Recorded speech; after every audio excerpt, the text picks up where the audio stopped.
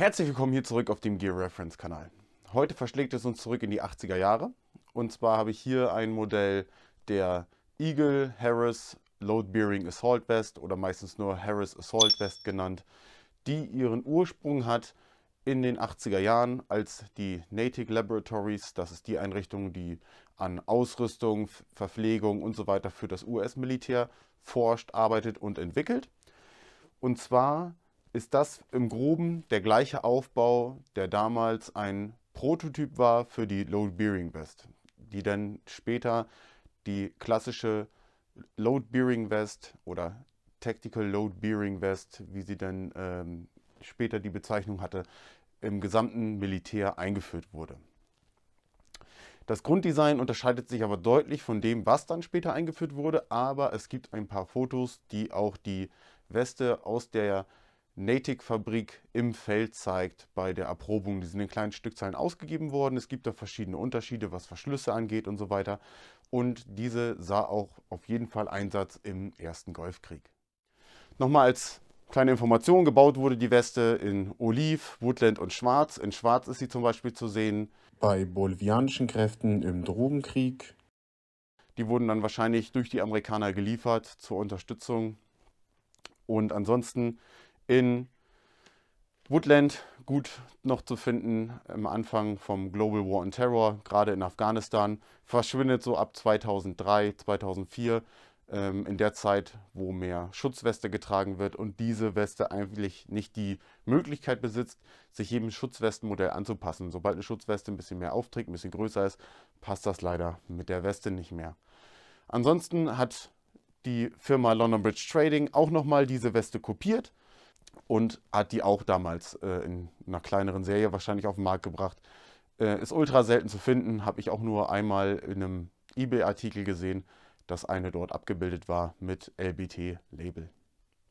Dann schauen wir uns das gute Stück einmal im Detail an. Wie hier schon zu sehen, sind beide Paneele, also das linke und das rechte, identisch aufgebaut. Die Weste wird mit Fastex Kunststoffverschluss verschlossen und kann hier nochmal in der Länge eingestellt werden. Und bei den Modellen von Natick war hier noch eine Klettfläche und man konnte die Weste auch noch zusätzlich mit Klett in der Mitte schließen.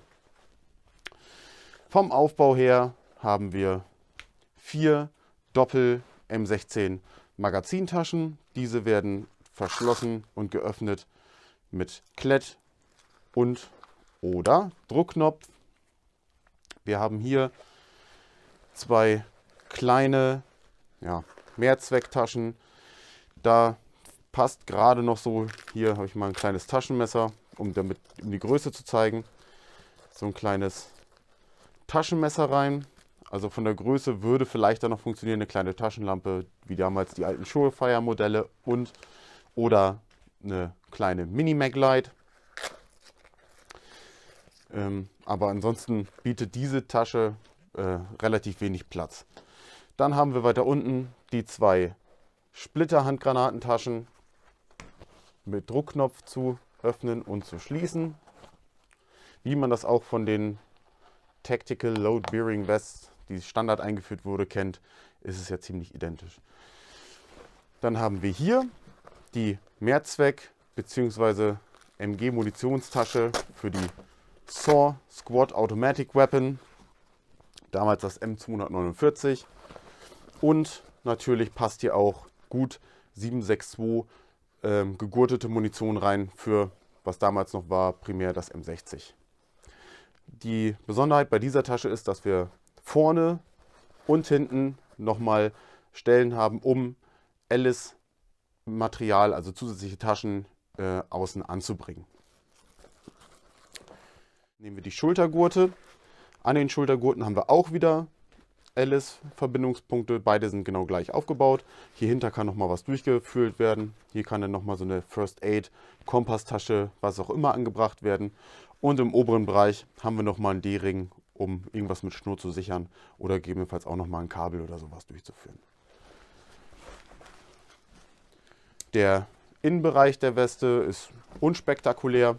Hier ist nichts. Wir sehen nur wo die Taschen festgenäht wurden. Wir haben keine Kartentasche oder sonst irgendwas.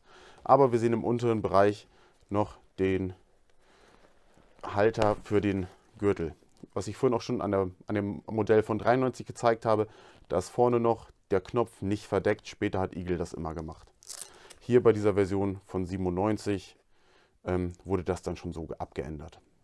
Hier kann dann der Gürtel durchgefädelt werden, festgemacht, und dann kann ich mein Pistolenholster, whatever, am Gürtel mitführen. Kommen wir mal zum Rücken.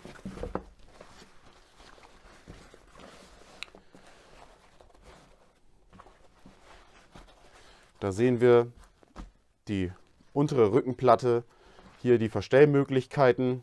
Bei den Natick-Westen wurde das mit Schnur gemacht, Paracord, die man dann enger stellen konnte, wie man das auch heute noch oder auch gerade aus den 80er, 90er Jahren Tactical Low Bearing Vests und so weiter kennt.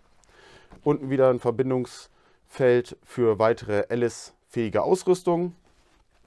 Das gleiche haben wir hier oben in 2 Reihen, und hier ist noch die große Utility-Mehrzwecktasche, wo noch mehr Ausrüstung mitgeführt werden kann nach unten gesetzt werden, wie auch immer.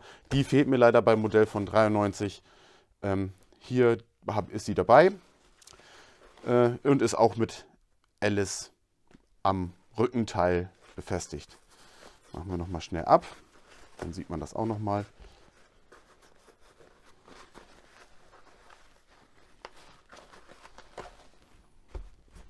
So sieht das Ganze dann ohne die Tasche aus. Dann bedanke ich mich wieder einmal fürs Zusehen. Ich hoffe, ihr konntet wieder ein bisschen was mitnehmen. Wer noch Fragen hat oder Anmerkungen, noch was weiß, gerne einen Kommentar da lassen. Macht diese YouTube-Dinge gerne wieder, abonnieren, liken und so weiter und so fort. Und dann sehen wir uns hoffentlich im nächsten Video. Vielen Dank fürs Zusehen.